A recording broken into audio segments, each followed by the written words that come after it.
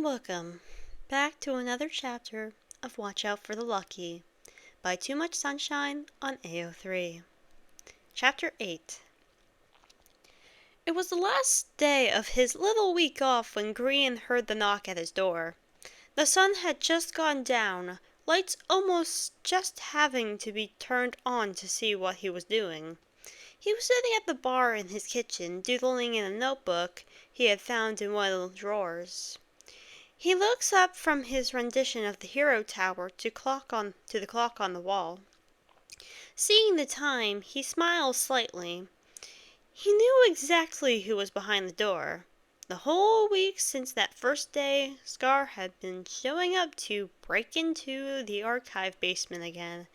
It had been their nightly gig, though Grian would say they didn't do much perusing of the off-limits paperwork as much as they goofed off and looked into other heroes' embarrassing baby photos. At some point during the week, Grian gave up finding any relevant information while Scar was there. Not that Scar was watching him, but he was very good at being distracting. And every time Grian went off on his own, Scar would find a mission document from one of the heroes that was particularly embarrassing. While he was a little disappointed in not finding anything helpful, he wouldn't trade the knowledge of a young Queen of Hearts being knocked out by an old lady with a particularly heavy handbag for anything. That wasn't the only thing Grian did the whole week. He spent a majority of the daylight walking around the building trying to commit every hallway to memory. He could say with relative confidence that now he knew how to get around without the help of the heroes giving him directions. Sometimes Scar joined him for these walks as well. Grian felt that maybe, just maybe, he made a friend here. He's ignoring the fact that if 2 weeks ago someone had told him he would have been friends with the superhero Hawkeye, he would have laughed so hard he would have been in stitches.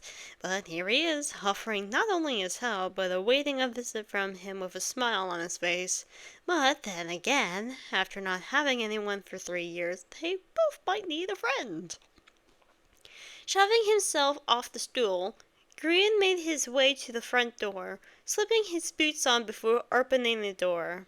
Scar was excitedly bouncing from foot to foot with a smile painted across his face. He held his hands to his chest, playing with his fingers absently.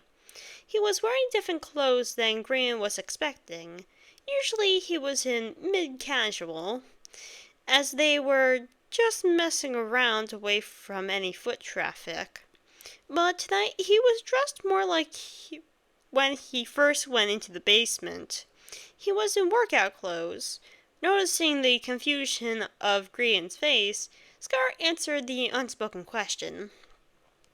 Tomorrow is your debut, and our first real patrol out. So I figured we could go into the training room and maybe see how we work around each other a bit. He shifted his hands to behind his back, leaning forwards a bit. Grian let his hand drop from the door handle, feeling maybe just slightly disappointed. He liked going into the archives. He would be messing around while also hoping to stumble onto some information. But he supposed, since he knew how to get in there now, he could actually break it alone if he needed to. Plus, Scar might have a point. They didn't train at all together this week, and while them being on good terms was great for them being partners, they still didn't know how each other moved around while fighting.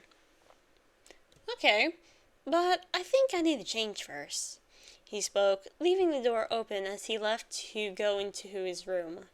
Scar followed behind him, shutting the door and leaning his hip against the couch as he waited. Going to his closet, he started to shuffle through the clothes. He'll admit, Cub had really given him several outfits for any and all occasions. It didn't take him long to find some comfortable workout clothes. It was a cute baby pink tank top and some loose-fitting black and blue basketball shorts. He also he had also found some nice matching tennis shoes as well. You know, Scar started speaking, raising his voice to be heard through the walls as Green started to change. We probably should have been doing this whole week. Training, that is. Green scoffed to himself, raising his voice as well to answer back as he leaned down to tie his shoes. Yeah, but I rather enjoy walking around and actually knowing where I'm going. He stood back up, hearing Scar laugh from the room over. He made sure to grab his bow and quiver as he had leaning against his bed. Then, walking out of his room, he smiled as Scar replaced his glasses over his closed, smile-lined eyes. When he firmly placed them back over his eyes, he jumped and gasped, seeing Green already in front of him. He raised his hand, grasping at his heart. Green threw his head back and cackled. I didn't even hear you leave your room. How are you so quiet, you pesky bird? He huffed a few breaths, trying to calm his heart, while Green giggled at him. This felt nice. He missed being able to just joke and have fun with people. Yeah, laugh it up. Just wait for the training room. I'll be running laps around you. Oh yeah, I bet. But I'll be flying laps around you, he countered, fluffing his wings up. It still made him a little self-conscious to purposefully bring attention to them. But it's a Scar, and he knew avians before, so that should be fine. Aha! I'm sure you will. Let's get going and see then. Together they walked to the front door. Scar swung the door open, stepping out without waiting for Green. Shaking his head, Green decided to ignore Scar's isms and just follow the man. He closed his door behind himself, jogging to catch up with Scar, who had already made it to the elevator. Slow down, we're in no rush, Green huffed. Scar just laughed in response. He turned his head to look down at Green with his nicely painted smile. I know, I just haven't been training all week, and I still need to tell you how all this hero stuff is going to work for us now, so why not multitask? Ask me anything. Anything? Green asked with a mischievous smirk. Scar tilted his head to the side, and what Green can only assume squinted his eyes at him. Within reason, pesky bird. He huffed back. Aw, that's no fun. I was going to ask you who your favorite and least favorite hero is. He crosses his arms with a smile. Scar just leans against the wall, also crossing his arms. If I had to have an answer for that, I wouldn't tell you. Ask me about the hero stuff, G. I know everything there is to know about being a hero, since I am the best one, he replied smoothly, placing a flourishing hand on his puffed-out chest. Don't be going all Hawkeye on me now. I just met Scar. I like to keep him around, he jokes with a laugh. Scar, though, didn't seem to get the joke. Or at least he didn't see the fun of funny, because he tightens his crossed arms, making it seem more like a self-hug than anything. Green's smile fades a bit, but before he can even ask Scar drops his arms and whips on a truly dazzling smile. Green feels a bit like he's gotten whiplash. I can't say I know what you're talking about, he says with every ounce of bravado that is in Hawkeye's typical cadence. Okay, well, that's not going to do. If Scar wants Green to ask him about being a hero, then he will ask him about being a hero. Why are you acting like that? Okay, that came out wrong. Scar must have thought the same as he barked a startled laugh. What? He paused to take a short breath. What do you mean? He continued to smile. You were acting very Hawkeye right now and not very Scar. Like, overconfident and stuff. Is that part of this? He asked, squinting his eyes at Scar. It seemed like Scar had finally gotten the question, as he just froze a little. His smile dropped a bit and he turned his head away. He sighed. Yeah, I'd say it's part of it. The elevator took the perfect time to ding along with the doors opening. Scar hurried out first, cutting off any continuation of his answer he ever might have had. Ah, so he was avoiding being real in front of Grian. Well, that still won't do. It's no fun to be around Hawkeye. He wanted to be hanging out with Scar. Are you nervous for tomorrow? Spoke up, hurrying to catch up to Scar. Me? Nervous? Honestly, I should be asking you that. Scar continued to look forward as he pushed the doors to the training room open. He held it open for a second longer than he needed to for Grian to follow him, but still kept his eyes forward as they walked into their shared space.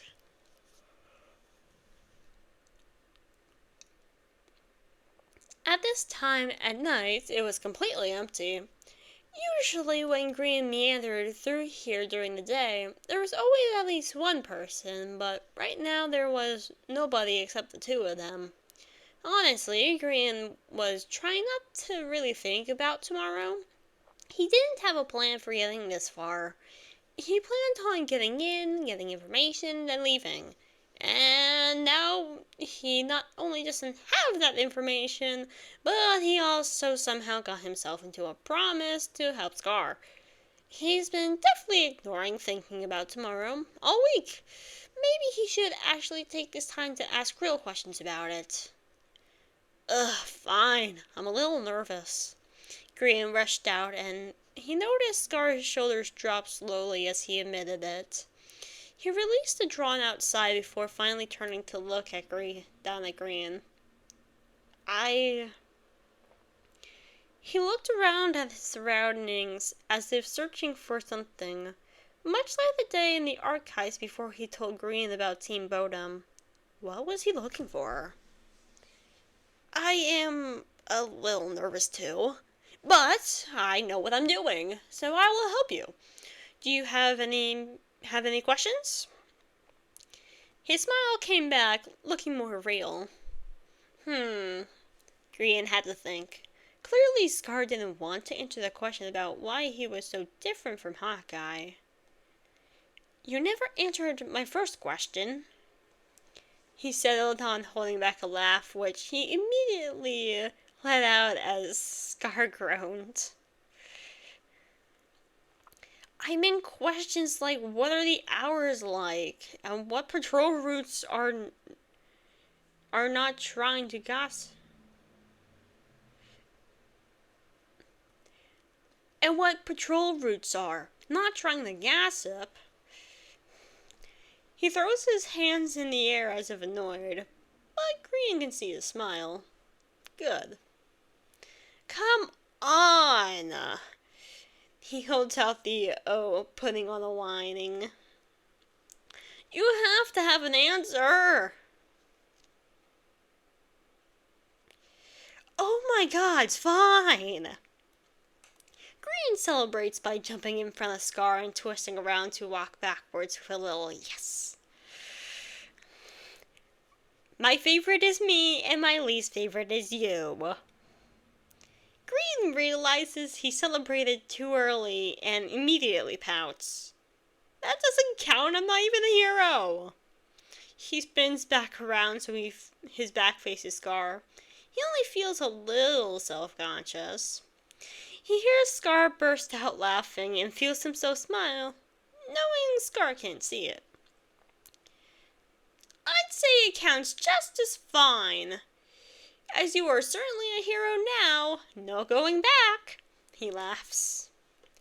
They finally come up upon their training sector, looking much the same as he last saw it. Scar's platform pillars randomly placed around the whole area, all at different heights and lengths from each other. The target seemed a bit more used as well. He lifts his head to look at the hanging hoops again.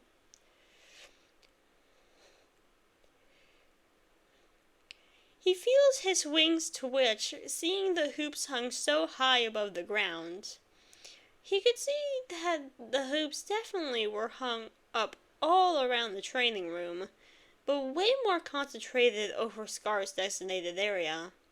He can assume who these hoops used to belong to. He hasn't been flying since his freak out in front of Scar and Cub. He had not been too keen on flying around and possibly someone saying something about said freak out. But really, not flying for a week is not something his bird brain likes much at all. I wasn't lying when I said you can fly up there, Scar said from directly behind him, making him jump with a startled chirp. Payback is fair play, Birdie. But really, go ahead. We are here to train after all. Warm up a bit, shoot some targets, show me what you got. He waved his arm, gesturing to the large airspace. While he very much wanted to just take his word for it and take off into the air, he was still a bit hesitant to just jump into it. Plus, he still had to ask Scar some questions about all the hero business for tomorrow. He shook his head to try to clear his thought before looking up at Scar. He opened his mouth to dispute the flying permission, but paused when he saw Scar's face. It was as if he was expecting Green to say something in the negative about it. He looked a little disappointed, a thin line between his pinched eyebrows accompanied by a small frown. When he noticed Green's gaze, he softened a bit. Okay, maybe since there was nobody here and he was itching to fly, maybe he would just do a few laps. He wouldn't want to bog down Scar's practice anyway. Warming up would benefit them both, so if soft-huffed, Green turned his head to the ceiling. Okay, fine, but you better be warming up too. He didn't wait for Scar's answer before shooting up as fast as he could into the empty air. He could hear his startled laugh as he flapped his wings harder to gain more air, though. Ignoring him, he finally reached the ring suspended at several heights hooked to the ceiling. Holding himself steady, he studies the path ahead of him. Below himself, he sees a few of the raised pillars he assumes for Scar to jump along. There are targets everywhere. Looking back at the hoops, smiles as he pulls a few arrows from the quiver on his back. Best to grab a few, then have to keep reaching between his wings for more. Pointing his bow at one of the closer targets, he shoots a straight bullseye, laughing to himself. This will be fun. He shoots off through the first hoop with ease, turning to his back, facing the ground so he can shoot at a few of the targets above him. Leaning further back, he used gravity to fall through another hoop, pulling his wings and feet closer so neither of them got caught. Twisting back, he saw he was getting closer to the pillars, so he spread his wings, getting more air to swiftly careen back up and through some of the smaller hoops. He made sure to get through every hoop at some point while hitting the targets whenever he felt the need. Most every shot was a dead center shot, except a few, and each one of those he made sure to recreate the circumstances and try again until he got it perfect. He forgot how fun practicing could be. He didn't do it too often when he became a vigilante. Most of that practice was just doing that, and if there ever was a mistake, he corrected it for next time. He did have that old junkyard. He remembers searching for anything even remotely looking like targets to hit, then setting them up all over there. It also had the added benefits that he could only practice there at night, so shooting at night wasn't an issue. But nothing as fancy as this. He was so caught up in his own fun that when an arrow hit a target he was aiming at, he startled midair, dropping a bit of altitude. He snapped his head to look where it came from to see a smiling Scar standing on the tallest pillar. He had knocked another arrow and was pointing it at a target a few hoops away from Green. Oh, so that's how this was gonna be. Green smiled wider and pulled more arrows out before aiming at the same target, shooting before Scar, taking the bullseye. He then tucked into a barrel roll, speeding towards Scar at an alarming rate. Well, alarming for anyone but him. He watched the smile on Scar's face slowly fell and was replaced with a panicked look as he watched Green get closer and closer. But Green made sure to miss Scar's pillar flying past him, causing Scar to look down past his feet to discover Green was gone, only for Green to have changed his course and flared his wings out, causing him to shoot up behind Scar. The strength of the wind almost knocked him over as Green cackled into the air. Scar's face followed him as he flew through a few more rings and shot a few more targets around the stunned hero. Suddenly, he sees his face harden with a smile. He jumps from pillar to pillar, seemingly effortlessly. As he does, he will sometimes raise his bow to the skies and shoot a target around Green. They weren't aiming for each other at all, just two of the targets that each other might be trying to hit it first. After Scar steals his fifth target, Green grows a bit frustrated at the hero. Come on! He has the high ground! How does he know where he's gonna shoot? Looking around, he remembers seeing the tightrope stretching across the corners of the training room. Smirking, he turns his attention down to the hero, currently climbing one of the taller pillars, bow hanging off his belt as he used both hands to scale the tower. Following his lead, Green pulls his bow over his head and past one arm. It wasn't how it usually is when he pulled it over his shoulder, since he was flying, and couldn't put it past one of the wings, but it was fine being like this for a few minutes. Watching Scar finally reach the top of the pillar, he positions himself to be behind him. Scar lifts his head to try and find where he is, but upon not seeing him, he takes some time to pull more arrows from his thigh quiver and unlatch his bow from his belt. Smiling wider, Green takes this opportunity to pull his wings in close, once again using gravity to his advantage as he quickly gets closer and closer to Scar's unexpected form. He was getting closer and closer, and when he was closing in on the last 20 feet or so, Scar finally looked up and turned slightly, trying to find Green. Green watched with unrestrained laughter as Scar finally turned enough to catch sight of Green over his shoulder. But by then it was too late. His eyes went wide as he tried to take a hasty step forward, but Green had already thrown his arms out, colliding with the center of his back. The force threw both of them off the pillar, but Green pulled Scar to his chest and thrust his wings to their full length, throwing them both into the open air. Scar yelped upon initial contact and was now holding onto Green's arms like his life depended on it. His bow was still tightly grasped in his one hand, but he dropped the arrows. Green! He shouted. The higher Green was taking him.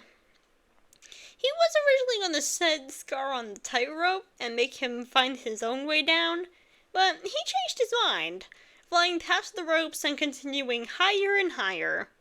When he first got there, he remembered thinking that the grinder bars lining the ceiling looked nice to perch on. And maybe all this flying was making him not of the sanest, most human mind. Slowing slightly, he dropped Scar onto the few foot wide steel beams, landing next to him with a satisfied chirp. Scar, who had landed on his stomach, quickly pulled his feet over the edge and clambered backwards until his back hit one of the supporting pillars to his right. His hair was all messed up and looked like a bird's nest. How fitting! He was breathing quickly, looking between Green and the floor. He had a double-handed grip on his bow, holding it to his chest as if it would guarantee his safety. Seeing how disheveled he looked, Green bent over, laughing harder than he had in a while. It was a chirpy mess of giggles and cackles, ending in him falling over on his back. His wings spilled over the sides of the steel. He heard Scar make a startled noise as he finally sat up to face him. His face was red, his cheeks a rose color stretching to his ears. He was decidedly keeping his eyes away from the edge of the beam, now that Green was seated in front of him. He seemed so nervous. Oh. The realization was so sudden that Green barked a laugh. Not even he expected. He continued to giggle. Are you scared of heights, Scar? He asks, scooting closer to him. What? He seems so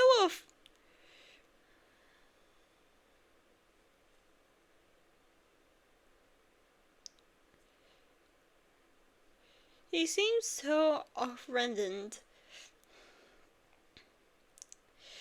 that Green would even ask. Yet he didn't take his eyes off Green. Of course not. I jump from skyscraper to skyscraper quite frequently, I'll have you know. And my platforms down there, I'm always high. Higher than the kites. Wait. He paused his rant as Green again descended in another laughing fit. He had to wipe away a few tears before addressing Scar again. If you aren't scared, then why won't you look down? He questioned, purposefully leaning really far over the edge, just to see Scar panic a bit. I just don't like being so close to the edge without a way down, he stuttered, going even more red. A memory of Scar that night before the audition comes to Green's mind of when he avoided the edge of the roof. Green didn't know how he was able to be a hero this long without it coming out he was scared of heights. But here they were. He decided to throw Scar a bone, no longer having as much fun if Scar was actually scared. I'm right here. I'm your way down, so no need to worry, he tweeted, still unhappy about how high up he was. Somehow that seemed to work as Scar's face softened and he loosened up a bit. He still refused to take his eyes off Green, but he seemed much less stiff. Taking his eyes off Scar, Green surveyed the area. Now that he was as high as he could get, he could see every hero section along with the communal equipment. He could see everything up here. Turning back to Scar, he finally shifted his eyes away from Green and to look around where they were. By moving his head, Green saw the pillar behind him, which seemed to have writing on it. On the white painted pillar, a myriad of colors that Green couldn't quite make out. He tried getting a closer look, but he didn't want to crowd too close to Scar. Hey, he spoke, startling Scar enough to where he overcorrect, almost going over the edge. But with a shout, Green's hand shot out, grabbing onto his shirt steadying him. Scar let out a nervous laugh, planting his palms onto the beam with his bow under his hand. "Yes?" he asked, keeping his eyes from looking back down again. "Look." Green kept his hand close to Scar in case he decided to almost take another trip over the edge. He raised his other hand to point behind Scar. "Someone has been up here before." Scar looked past his shoulder, scooting a bit away from the pillar and closer to Green, who shifted back to make more room. Now that Green could see it clearly, graffiti would be putting it best. Messy writing, messages overlapping in some places, along with a few crude doodles that Green couldn't help but giggle at. But Scar froze when he saw it, letting out a shaky breath. Tilting his head to the side, he watched as Scar raised a shaky hand, touching the pillar, reading it. Green finally realized what he was looking at. It read, "Moonlight and Watcher were here," and "Red smells like redstone," and "I saw Mighty kissing 77, along with a bunch of other phrases. These were the handwritten messages of the now missing Team Bodum. Eyes scanning the pillar, Scar suddenly starts to laugh quietly, though it sounds a little choked. Green scans his face, but it just sees a sad smile. "I've been up here once before, you know. Watcher wanted everyone to leave their mark here since he spent a lot of his time up here. But when he found out I didn't like heights, he didn't make me come up here again. I wish he would have." He huffs a short sigh. "I'm sorry for making you come up here then." Green breathes, plopping himself close to Scar, leaning close to read more of the graffiti. "Don't apologize. Really, I'm glad to see this again. Maybe next time, though, tell me you are bringing me up here." He spoke, not taking his eyes off the messages. They both stayed silent as they read through them. Every once in a while, one of them would laugh at something they had read or saw. Then Scar spoke up.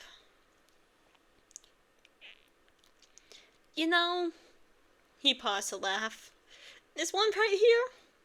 He pointed to the line about Mighty kissing 77, which Green got a good laugh out of. He didn't really kiss 77, but once when Bodum was fighting him off, those two got trapped in a room together, and nobody could find them for a few hours. This was in the middle of a dead winter. There were negative numbers out there, and we were getting worried. It was me and Moon who found them. When we finally opened the door, those two were huddled together to stay warm. We were so shocked that 77 escaped before we could do anything. Moon and I immediately started to tease Mighty. We tried to spread a rumor that we saw them kiss. Didn't get very far, but we found it funny." He had a sad laugh, shaking his head slightly before turning his head to look at Green.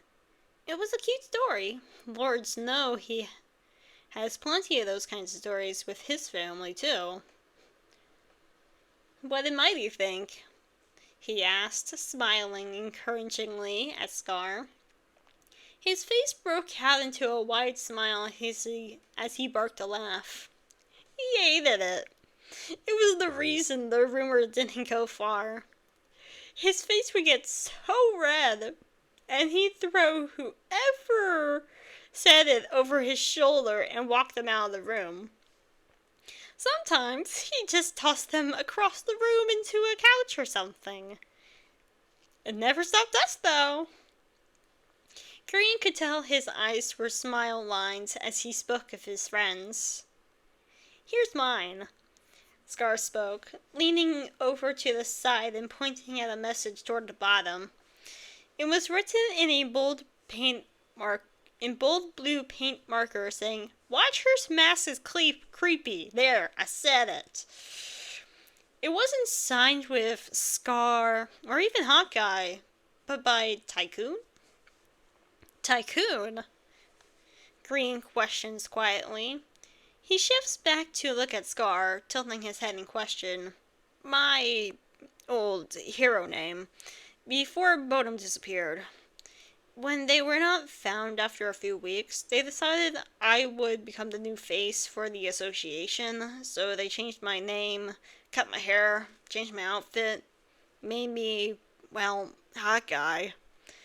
Someone that everyone would love and the media would always believe. They hired Cub around that time to help me and stuff. Looks sadly back at the pillar. I did like my name though. That was back when they let you keep your name if they liked it.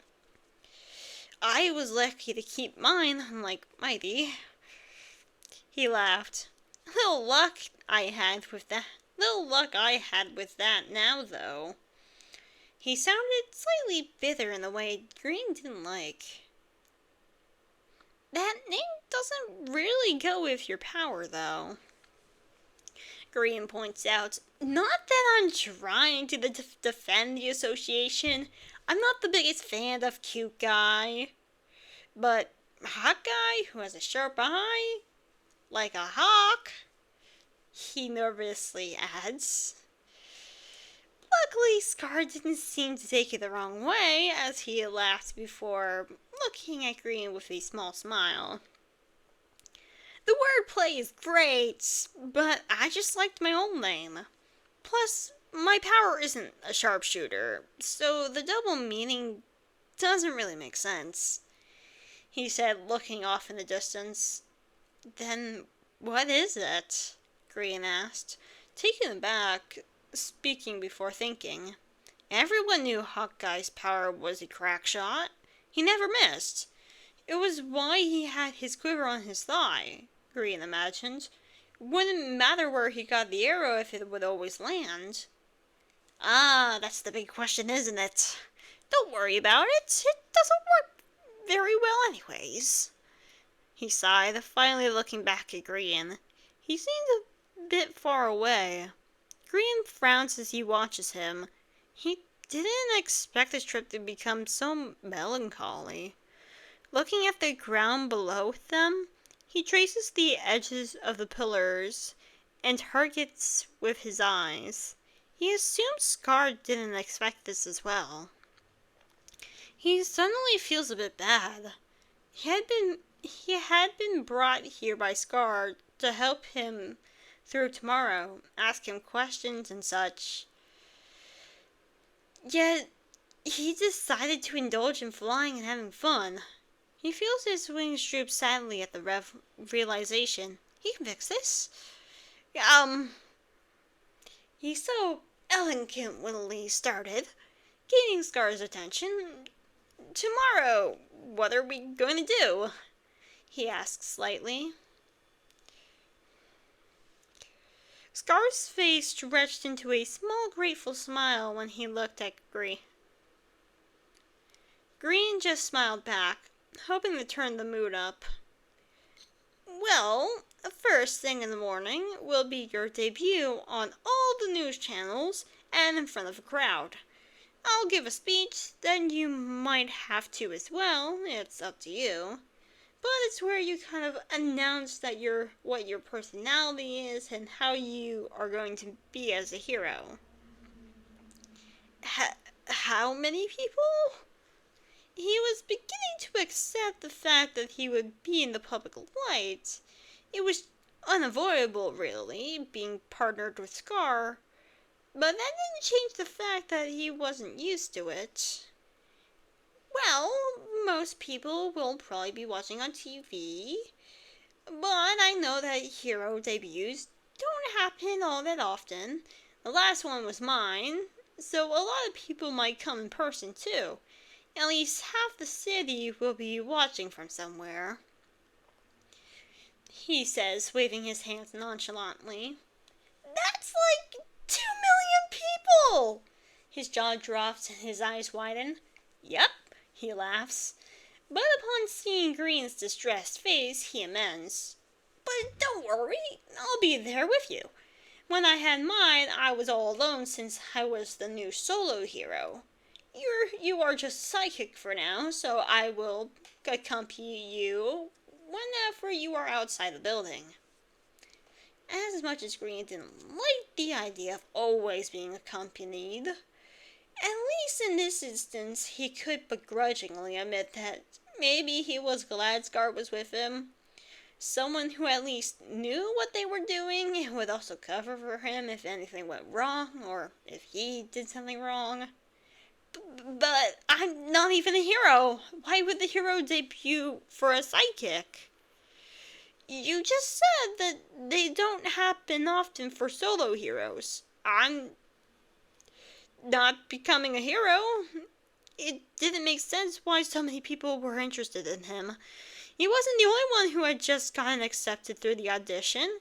While he didn't know Corrales and XB very well, he hadn't heard a word on whether or not they're getting a debut. What about Corrales or XB? He pointed out questioningly. Well, Scar turns his head to the ceiling, thinking while tilting his head either way. Heroes kind of work on a ranking basis. It's a two-step process based on how powerful you are, and then how many villains you have defeated / just how successful you are. Corrales and XB were picked up by Starvoid and QOH,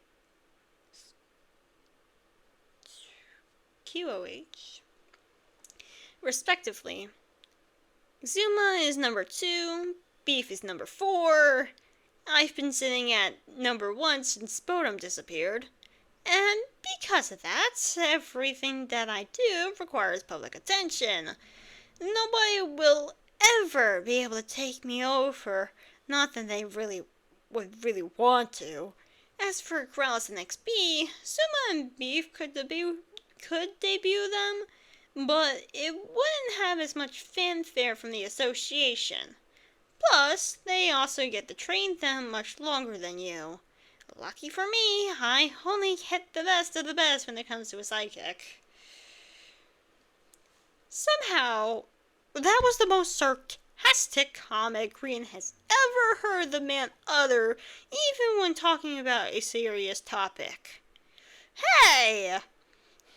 He chirped, getting onto his knees to lean over and hit Scar's arms, pushing his back against the post. Scar just laughed, lifting his hands in a vain attempt to protect himself from the defensive attack. Green flet his wings open widely to keep balance, finding himself smiling as well.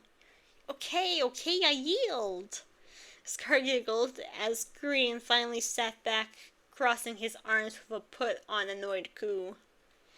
I am the best sidekick, thank you. I'm sure you are. Anyways, he expertly moved along before Green attempted a second hit. With me being number 1, you'll essentially be number 1 with me. It's a big deal when someone like me gets a sidekick. Other than Bodum, I don't think there has ever been a number 1 who has taken on one. So this is a pretty big deal, and nobody will know about it until midnight tonight when the pictures from the photo shoot get uploaded and sent to every news show and website imaginable. It'll be quite the surprise. Green watches as he speaks so nonchalantly, so flippant and almost jaded, like he's just relaying normal information with no weight or pull. Like he's not saying words that make Green's whole mind spin and palms clammy, but in some weird way, his unconcerned disposition is helping his mind not wander too far. If Scar could do it alone, then maybe Scar can do it with a person. Besides, his plan is still in action. Find his family, help Scar find Bodum, then live happily ever after. That's all he needs to do. Everything else is manageable. But maybe he should change the subject before his hands get any more slippery and he slips off the beam. You said earlier that nobody would be able to take your spot. Why? Wouldn't someone want to anyways, for pay or something? Green asks, confused. Sure, it seems like a lot of work, way more work than whatever other ranking heroes do, but surely the system is there to make the heroes try harder. It's not so much that nobody really wants to, but...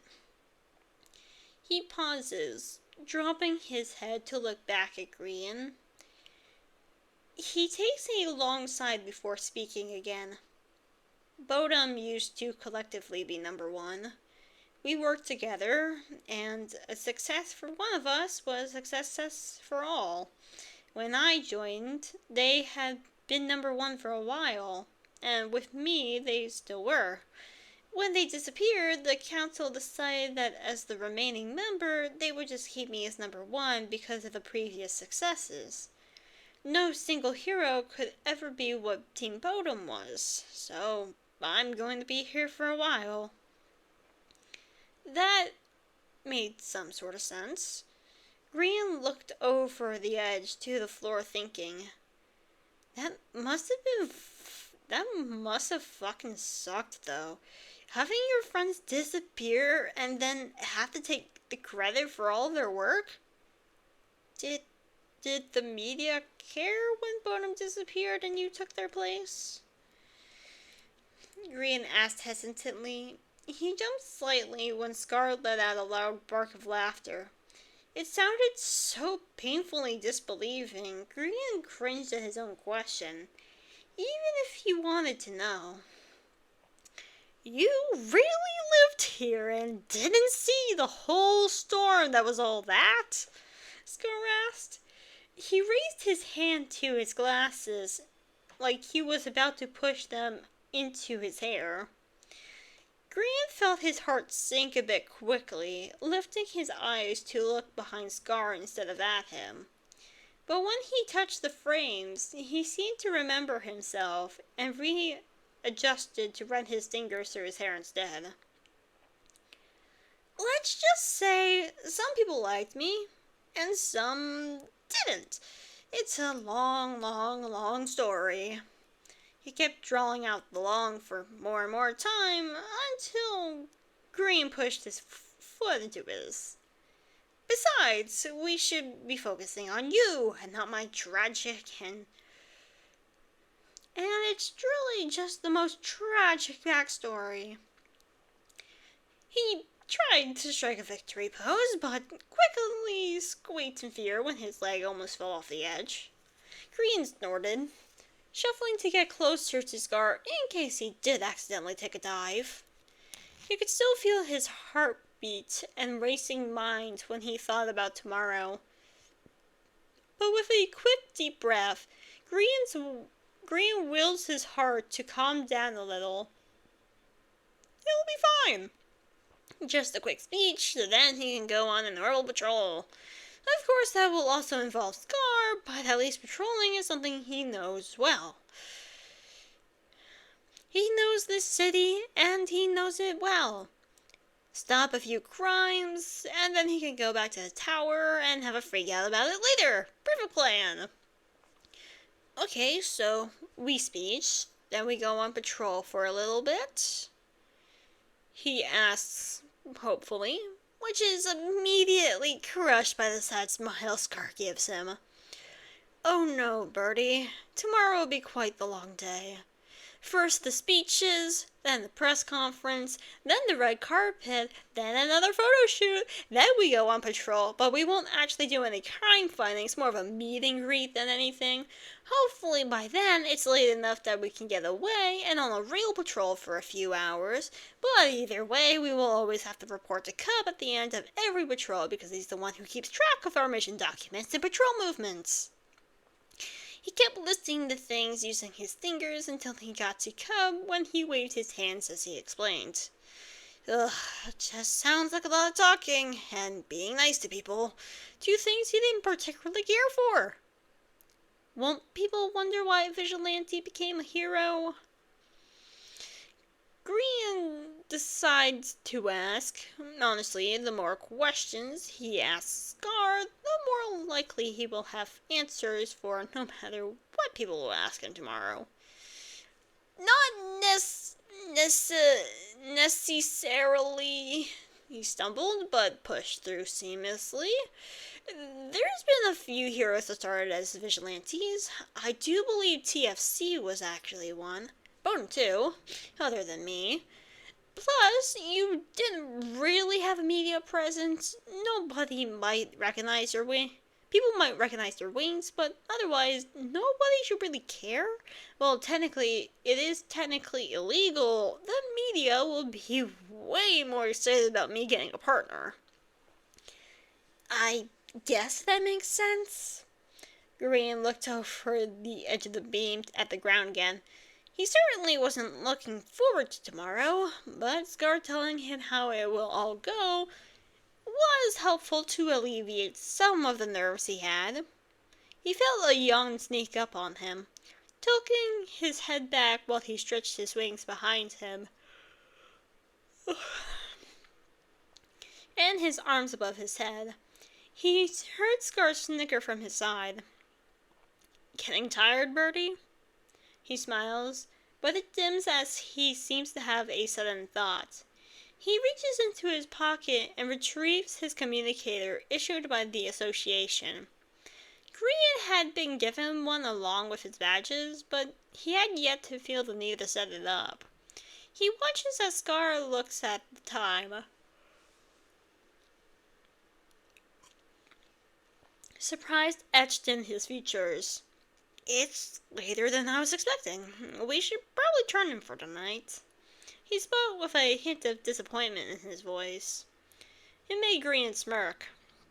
Don't sound so sad, small guy. You'll see me tomorrow. He nudged his side with his elbow, purposefully trying to set him off balance. Hey, what's where you aim? And I'm not small. He laughs. You have to help me get down from here, pesky bird, and I highly doubt you want to catch me while falling. He shakes his head in amusement as Green gets onto his feet. He looks down at him, turning his head to the side, putting on his own rendition of the Hawkeye smile. Aw, but I wanted to leave you here, he jokes. Scar starts to protest, but Green ignores him. Walking off the edge, he hears Scar's startled yelp. He lets the air whip past his face as he free falls for a few seconds. It feels nice to just fall sometimes. He unfolds his wings until they catch air, thrusting him back up to the beam Scar still sits on. He stops a few feet below, hovering as he looks up to Scar. The poor hero barely peeks over the edge. There is palpable fear on his face, but seems mixed with hard determination. If you want down, you have to jump to me, Green trills, holding his arms out, ready to catch him. I don't know if I can do that, G, he says hesitantly, glancing dubiously from Green to the ground. Don't worry, I'll catch you. Here, grab my hand and I'll pull you to me. He offers his clawed hand to the fearful hero, but to his credit, he only hesitated for about 10 seconds before lightly gripping his hand. Scar looks at Green's face with a relieved smile, only for it to watch it fade as Green's own becomes more and more devious the longer he holds Scar's hand. Then suddenly, Green grasps his hand tighter and rips him off the beam. Scar falls with a loud shout, but he doesn't fall far. He falls into Green's chest, instinctively wrapping his arms around him, and Green does the same, holding him from under his arms, as Scar continues to scream, even though he is in fact stationary. Laughing and rolling his eyes, Green adjusts to make sure his grip on Scar is tight enough. Though with how hard Scar is holding onto Green, he doubts there is much he could do to get him to let go. Scar! He tries to get his attention, but it can't be heard through the yelling. Scar! Again, no let up. Scar! Finally, Scar closes his mouth. But Tid doesn't take his face out of Green's shoulder. Put me down, you overgrown chicken! He shouts back. Yet it certainly doesn't have the desired effect, as Green just laughed. Deciding to have some mercy, he changed his direction down to the ground, slowly drifting further and further down until his and Scar's feet brushed the concrete floor. Lightly setting Scar back on his feet, he holds his wings back behind himself with a huff. It had been a long time since he carried someone else while flying, and today he did it twice, so he's slightly sore. Scar seems fine now that he's on the ground, running a shaky hand through his hair as he tries to catch his breath. It makes Green laugh. I told you I'd catch you, he brags, elbowing him in the side, making him lose balance. He catches himself on the pillar next to him, shaking his head slightly. Green's smile dimmed, raising his hands to help if there was an actual issue. But Scar continued as if nothing happened. Yeah, you are the almighty flyer. Best there has ever been, he sarcastically said, yet it was greatly softened by the smile he had on his face. You know it, the best flyer you all got. Considering my audition, you should know this by now. Green laughed, starting to walk towards the exit. He reached a hand up to grip his bow by instinct, grabbing it around his chest as he walked. He heard Scar speed up to catch him, coming up to walk shoulder to shoulder. Green looked up at him and smiled, but Scar looked forward with a thin smile. Oh yes, he started as if it was a taboo topic. Your audition, the most wild audition we've ever seen. He laughed, though it seemed nervous. Yeah? Korean drew out, catching a weird vibe to this conversation. Was it taboo to talk about? It was pretty crazy. I didn't expect to have to fly as fast as I did, but it was over pretty quick, all things considered. What was yours like? He asked, genuinely curious. Nothing like yours! None I've ever seen been like yours. You didn't even have a respawn bracelet. You really could have been hurt in there. He huffed a laugh, but seemed strained. What do you mean? Surely his audition wasn't too different from everyone else. It was meant to weed out the weak. If he got hurt, then it's about how you get back up. Heroics is a hard gig. The amount of times he's risked himself as a vigilante made the audition look like a bad dream. He assumed that being a hero was quite a few many times worse. Green, your audition was way more harsh than any of us had ever seen. It was dangerous. The room was meant to give you a trial to test your wits and ability to make good choices under a bit of pressure. What it had you do could have gotten you killed. Scar was talking a lot more seriously about this and how Green felt. He survived, so what was the issue? Well, how does the room work? He suggests, trying to understand why Scar is acting so weird about his audition. I tried to look up what I was going to be tested on before I got there, but there was literally nothing. Not even the internet had much to say. Well, yes, the people who audition do sign a form stating they are okay with getting a memory wipe of their trial if they don't get taken as heroes. Scar dismisses with a wave of his hand. You signed one too, didn't you read it? He looks down at Green, who just bursts his lips and looks away. What a lovely floor pattern! Goes very well with the floor. Green tries to laugh, even though it's a completely white hall. But Scar laughs anyways. You didn't read what you signed, did you? He pushed Green's shoulder, causing him to stumble. Hey, there was a lot going on that day. Recovering from his stumble, he shakes his fist at Scar as they continue to the elevator. You should really read the documents you signed, Pestibird. Illegal contracts are no joke. Anyways. He claps, finally arriving at the lift. He presses the button for their floor, waiting for the doors to open. Nobody really knows how the room works, but most of us assume it's one of the council members' powers, since there's that window that they can watch through. That makes sense. He remembers seeing the other window on the other side of the room, the one he had never been able to see through, and wondering who was on the other side. Interesting. But Scar interrupted his thoughts with an oddly serious voice. We had never seen a room trial as dangerous as yours. It was like he was trying to kill you. I've been in some binds over the years, but the way you pulled through some of those pillars was insane, Grian. Exuma also tried to break in to help you, but Tango held him back.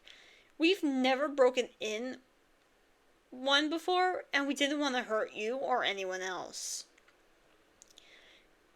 Grian didn't know how to feel about that. They felt it was dangerous enough to try and save him, yet he felt like it was a good trial to send a would-be hero into. Is he the mad one here? Yeah, sure, he could have been hurt. And if there really is a council member who runs the room, then that guy might need some help. But he's been in a lot worse situations on the streets, and assumedly had Scar. Maybe it was just because it was so different from what they were used to seeing. Yeah, he'll go with that. Suddenly, the elevator doors opened. Grian decided to just drop the topic of conversation as they headed in, pressing the button to take them back up to their rooms. He didn't understand why the room would have been so hard for him and nobody else, but either way, it didn't matter since he passed. He got what he wanted, and he didn't really get hurt from it. No need to worry about it then. They waited in comfortable silence. Or, well, maybe he was comfortable, maybe not. Green was getting quite tired, he couldn't really tell. Distantly, he kind of felt bad because if it was uncomfortable, Scar had to sit there and deal with it. Luckily, the ding of the elevator shook him out of his haze a bit. Walking with Scar down the hall, he was brought to a sudden halt as Scar stopped abruptly, looking around him. Green slowly looked for the reason for him to have stopped. But the only thing that's different in the hallway from then, they had left a few hours previous, is two stark white envelopes sitting innocently on both of their doorstops. Grian is taken aback to when he found a similar letter in his old apartment not even 2 weeks ago. How time flies! He certainly doesn't feel very tired anymore as he looks up to Scar to gauge his reaction to the random letters. Scar reaches into his pocket and pulls his comm out again, checking the time before letting out a long sigh. He tilts the screen to Grian, letting him catch the time. It's 12:05 on the dot. Well, it's safe to say our break is over. And now I have more to explain to you. He stalks over to the envelopes, picking them both up, and shuffles over to Grian's door, waiting for him to open it. Maybe if Grian wasn't so confused at the white envelopes, he might have thought it odd Scar didn't invite him into his room first, but immediately went to Grian's. But as it stands, he just let him in, both shuffling over to sit at the bar. Scar placed the letters next to each other in front of them both. The two are identical except for the individual hero names printed on the front in ornate gold font. It feels weird to see that name and it means him. Cute guy. He's gonna have to get used to that. What are these? Grian tilts his head to the side to study them. He reaches his hand out to grab his own, turning it in his hands. Perfectly sealed, no blemishes. It feels thick and sturdy, made with expensive paper, and even if he held up in the light, you wouldn't be able to see what it was unless opened. These, my feathered friend, are mission details. Scar snatches his from the table without fanfare, ripping it through the side, pulling out several folded papers. He looks disgruntled, getting increasingly more upset while scanning the documents. Green, still without a detailed answer, decides to open his as well. Using a single claw, he delicately tears the side open, similar to Scar, just way more careful. Pulling the thick stack of folded documents, he's greeted with a plethora of long-winded sentences and words only a dictionary would know. He skims the papers and understands something about the drug and him and Scar's names. Giving up, he drops the papers back onto the countertop, waiting for Scar to finish. Clearly, he understood what he was reading if he was still scanning them front to back. At some point, while Green was previously trying to decipher Scar, had stood up, the hero is practically pacing behind Green's chair, who twisted in his seat to watch him. His fingers play with his short hair as he reads absentmindedly, and if he didn't look so pissed, Green might find it endearing. But as it stands, Scar scoffs, tossing the papers on top of Green's. He sighs heavily, plopping himself down in the seat next to him, head in his hands.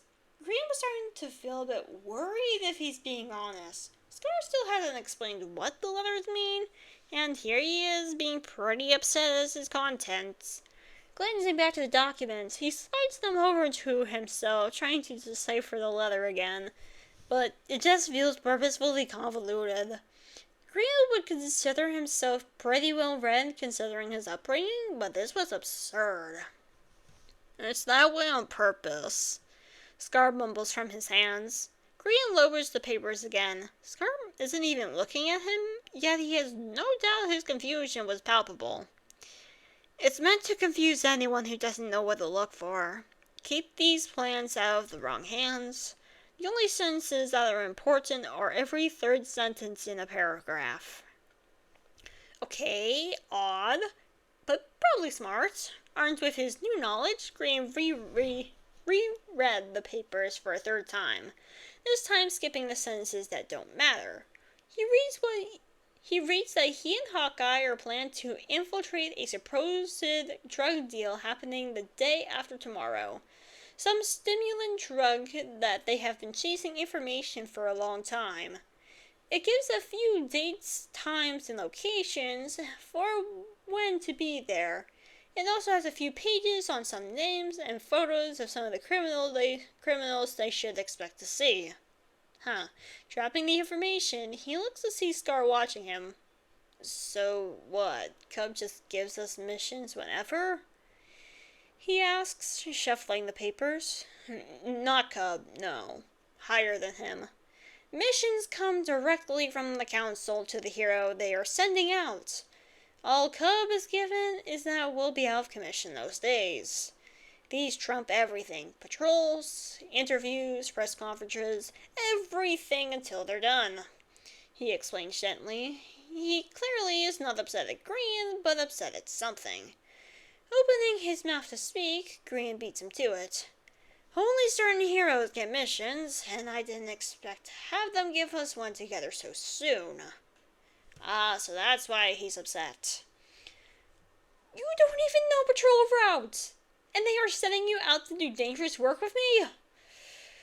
He huffs, shaking his head. Green feels his feathers ruffle when he says that, not liking the unintentional insult. I'd say I've done plenty of dangerous work all by myself before, he mutters, if only to himself. Scar seems to hear him anyways. I'm not saying you haven't. I'm saying they shouldn't be making you go out so soon after your debut, especially on the mission that has been in the works for a long time. He splays his hands out on the counter roughly, as if that accentuates his point.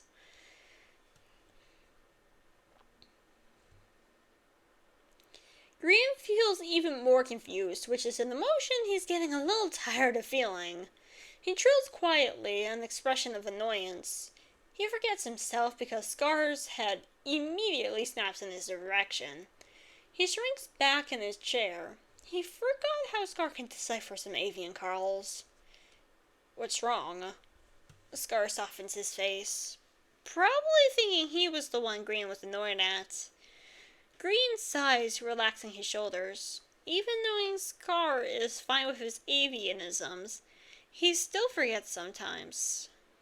I'm just still confused as to why is this a bad thing? I'm going to have to learn at some point, right? Scar's shoulders also dropped, most likely upon realizing Green wasn't mad at him. I just think it's unfair to throw somebody into the life I have to live with no formal training. I know. He quickly amends as Green opens his mouth to counter. He narrows his eyes before shutting his mouth to listen. You were a vigilante. You know what you're doing in the fight. I don't doubt that. But the rest of this world is something I had help from 4 other people. You don't have anyone, Green, he says sadly. Green stops to think. Really think. He knows Scar is right about a lot of it. He doesn't know how to be kind to the media. He doesn't know how to be heroic. Doesn't know how to write speeches or say calming words to large groups. He's been writing off the idea that he wouldn't get this far, and now he's friends with Hawkeye, and also promised to help him find out a conspiracy? Boy, his life sure took a turn. And really, for the first time in 3 years, he doesn't know what's going to happen tomorrow, or the next day. But he does know one thing for certain. Scar, I understand where you're coming from, but you have to remember, I have you. You said you'd help me, and that'll be enough. I can get myself out of some shitty situations, so don't worry about me so much. He tries to smile kindly. It seems to work as Scar processes his words. He slowly shakes his head in understanding. Okay, he mumbles. I think we'll be okay as long as we have each other. He finally smiles back. He shifts his gaze to the papers on the bar, frowning at them before reaching over to shuffle them into one thick stack. We will worry about these after patrol tomorrow, or maybe during patrol since we won't be out so late anyways. For now, it is late and we have an early day tomorrow. We should probably turn in. The way he speaks, Green feels that this isn't the last time they will have a conversation like this. He seems better than he was, but still far away, like he's missing something. Or, most likely, someone. But they both know each other are tired, even if one of them made it clear that he's used to it. But Green won't have it. Yeah, we both should turn in. I'll see you bright and early, yes? Green stood from his seat, stretching his wings and arms out, hearing a few cracks and pops. When he opens his eyes, he saw Scar doing much the same as him, minus the wings, of course. Of course. Scar reached to make sure his bow was still around his shoulder, and once finding it was, he made his way to Green's door. Something about the way he walked away made Green chirp in alarm, causing both of them to freeze where they stood. Green felt his cheeks light up. He didn't know why he did that. He just felt like he needed to tell Scar something, and he wasn't going to, but now he guesses he was due. He watches as Scar slowly turns around. His hand had been reaching for the door handle. Everything okay, Birdie? He asks, poorly concealed concern written on his face. I was just gonna say that if you want to come over a little earlier for me to do your makeup, we can, he said hesitantly. Both shuffled a bit awkwardly, which made Green hastily amend. You don't have to, I just thought maybe... Gee, Scar laughed, causing Green to pause mid-gesture, to look slightly panicked at Scar. I'd love to. I'll be over just before sunrise, okay? He smiled in a way that Green was sure to reach his eyes. He then turned around again, opened the door, and left quietly. The door shutting with a soft click as Green suddenly cooed sadly to an empty room. Halfway through, he swallowed it down. Didn't know where those were coming from, but they needed to stop. The last thing he needed was to accidentally announce his emotions to everyone in the room. Sighing, Green went through the rest of his nighttime routine, making sure to set his hero uniform that Cub had sent earlier that week after it had been finished. And with that done, he crawled into bed, closed his eyes, and dreamed of nothing. And that is the end of chapter 8.